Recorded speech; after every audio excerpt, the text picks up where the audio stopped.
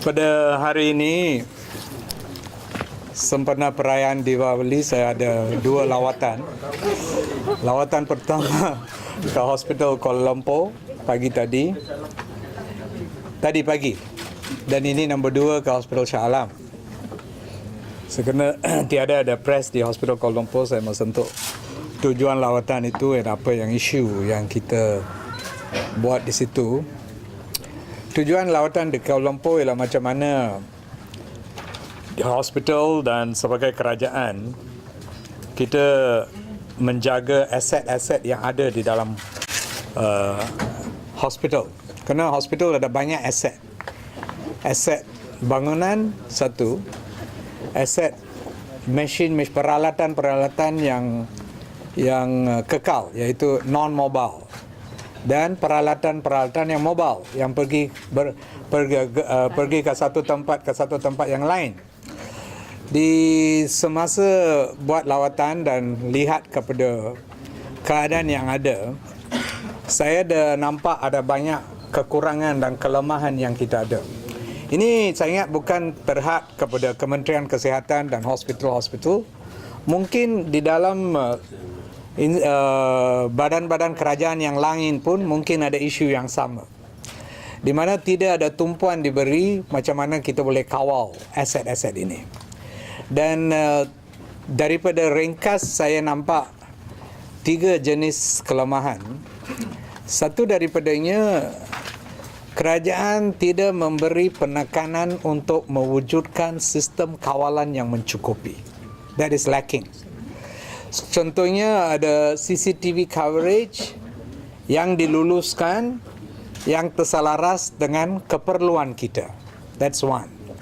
Nombor dua, dengan perkembangan teknologi yang lebih moden, we are still using outdated technology, which is not in line with what we can do now. Dan oleh kerana perkara ini, we still have a lot of loopholes di mana we are not able to maintain our assets properly. Nombor tiga ialah daripada sistem-sistem mendaftar dan mengawal aset ini is still very outdated. We still use the manual system of recording and following. Dan untuk satu-satu hospital KL, they tell me mungkin dia ada 10,000 assets di hospital itu. For people to everyday record mana siapa ambil, siapa keluar, itu it becomes an issue. So kita akan mencadangkan kepada EPU, Kementerian Kewangan, untuk mempertingkatkan sistem yang ada ini. Saya berharap mereka akan dengar apa yang kita akan cadangkan. Salah untuk mempertingkatkan sistem. Ada satu supaya kita boleh gunakan teknologi yang lebih canggih untuk bantu kita di dalam pengurusan aset yang tersedia ada. Kerana di dalam satu hospital, kita tidak boleh mengelakkan keadaan di mana a machine will move from one ward to another ward or from one building to another building. And kadang-kadang even we give it out to a patient untuk digunakan di rumah, lepas itu balik-balik. So dengan ambil kira perkara-perkara ini, saya ingat ada satu keperluan yang tinggi supaya kerajaan kena lihat kepada perkara ini secara satu bidang penghususan. Pegawai-pegawai yang jaga itu pun bukan mereka yang mempunyai latihan khusus di dalam jaga aset. So mereka punya pengalaman pun kurang. So perkara ini we will give an overall understanding of the weakness dan memberi cadangan supaya perkara ini diberi tumpuan, so we can actually, contohnya kalau kita mau gunakan teknologi yang lebih canggih, it's cost involved. For example, we want to radio frequency detection for every alat, which will be ideal. Every time it moves, it will be detected. Tapi there is a cost involved in it. So this thing has to be understood because we don't control money. We only use the money which is given to us. So the money comes from other sources. So this we'll make our proposals. So I hope this can be done. I'm sure this issue might not only be limited to Kementerian Kesihatan. It might also be other agencies like Kementerian Pendidikan. We got schools and assets. I'm sure they also got, but school is not it will only move within the school. Hospital, is such a huge structure where thousands of people come and go, tiap-tiap hari. So our security is much more higher. So that is the reason. So we have identified some things, and we also have some suggestions and how we can actually improve this so that our management of these assets can be done in a better manner. Okay, that's one issue. Second issue is Shah Alam Hospital. Why we are here? Shah Alam Hospital first was started was 2007 yang awal ni tu 2007. It's supposed to have finished in 3 years, I think in 2010 or 2011. But then the first contractor didn't do the job. I think at the time of completion of the contract, of the termination, the amount percentage then was 30% only, I think 27%. This nearly full time already. Nearly time of completion. A contractor only did that. Then a second contractor had to be appointed. That was appointed in 2011, I think. 2011, second contractor was appointed to take on, to complete the project. And the second contractor is the one who has been upgrading it. So we are hoping by the end of this year, but because of the time span, when you start something in 2007 and you're supposed to finish in 2011, but then you bring it until to 2014, the time brings a lot of changes. For example, some of the equipments which we thought are suitable for 2007 are no more suitable for 2014. So because of that, there's been a lot of problems. And we hope that by the first quarter of next year, we should be able to complete everything. Now the physical building is more or less ready. I think 90% ready, 94% ready, physical building. Only small touch-up.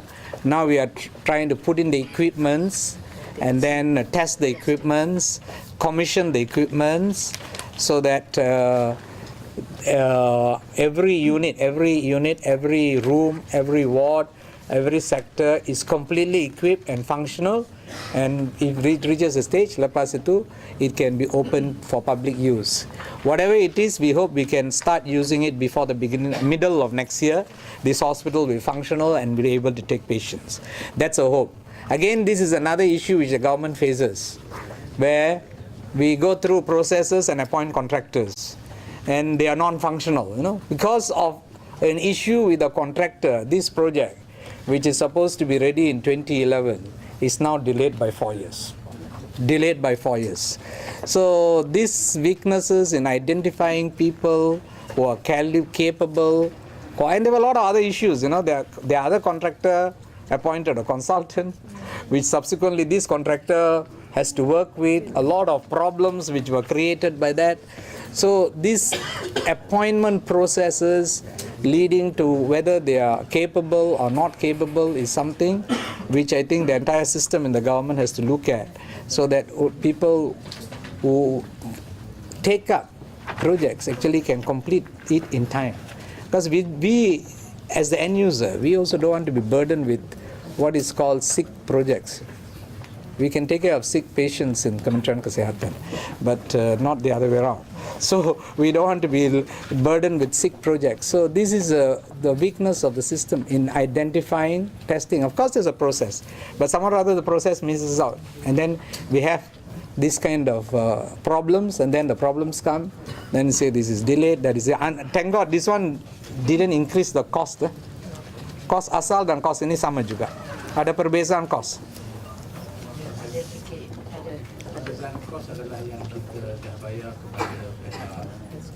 Yang dulu punya.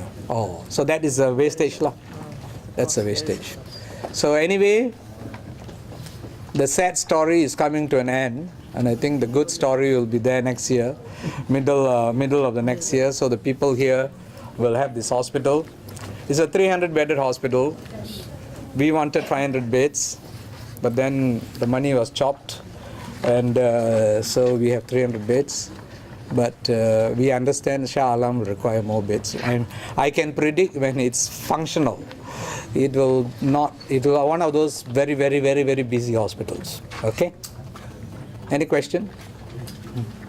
Secara total berapakah jumlah kos pembinaan itu? 400 lebih juta. Untuk ini package 2 ini. Package 2 ini 410 juta. Untuk yang dibayar untuk kontraktor pertama saya tetap.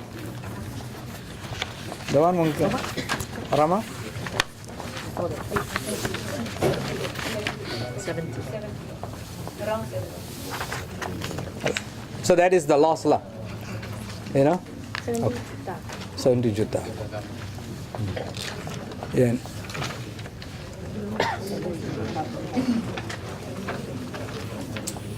Okay.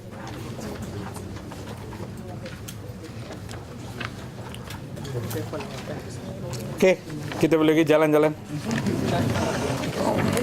Ada. Berapa banyak equipment yang 2011, 2007 dulu boleh dan sekarang tak boleh yang Obsolete punya tu.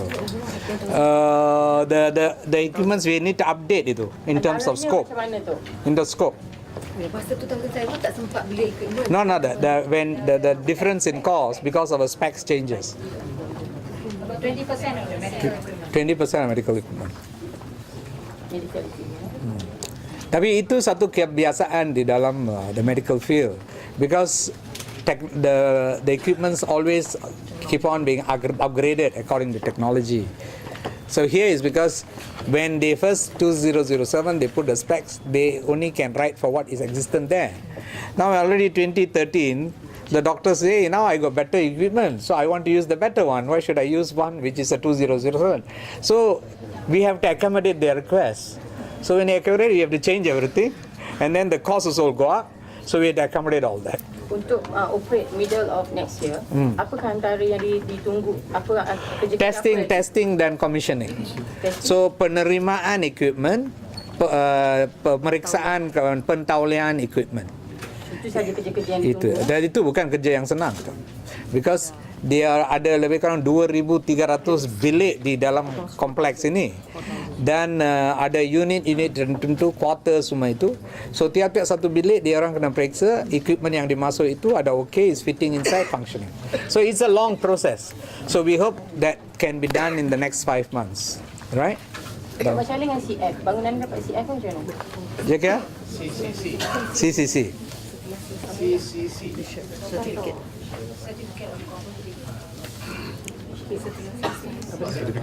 Dah dapatlah maksudnya. Sartan akan apply kepada Majlis Bandaraya Shah Alam. Akan apply ya.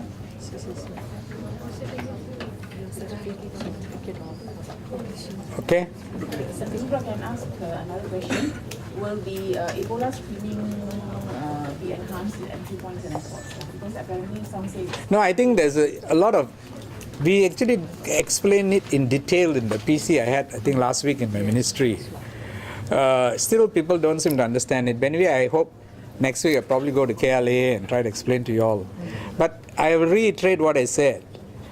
What we are doing is, when people come, all foreigners, apart from Malaysians, have to go to the immigration counter, right? At the immigration counter, the immigration officers will see whether in the last 3 to 4 weeks, the person has gone to any of the 4 countries which are in the list, either Sierra Leone, Congo, Guinea, and Liberia, if they're gone or not. If they have been to this country in the last 4 weeks, they will automatically be referred to our quarantine center in KLA. There they will have to answer to actually fill up a complete questionnaire. Okay, that's for those people who are coming from those 4 countries. For the rest of the Malaysians, what happens is, as you all are walking towards immigration, without your knowing, your body temperature is being screened, and when your body temperature high, our health officers there will call you out and said you're having fever. But the vast majority you won't even know it's happening because it's done in a very closed environment. So you will be walking through. So that screens all the people. So that is a process which is intact. So the question is, and we are doing it in all international points of entry. And that is what is, and we actually started earlier, even countries like America and all that. They are just trying to introduce it now, and they just introduced it 1 week ago or so, and enhancing. So, but we have already put in the processes. So, I heard 1 or 2 that they don't find officers and all that. That weaknesses we will try to rectify, and maybe just for giving the comfort to the people that we are serious about it, I asked our infectious to give more visibility to this, so that it becomes more visible, so people know the government is doing something about it. Okay, but rest assured, we are very, very serious about it. Okay.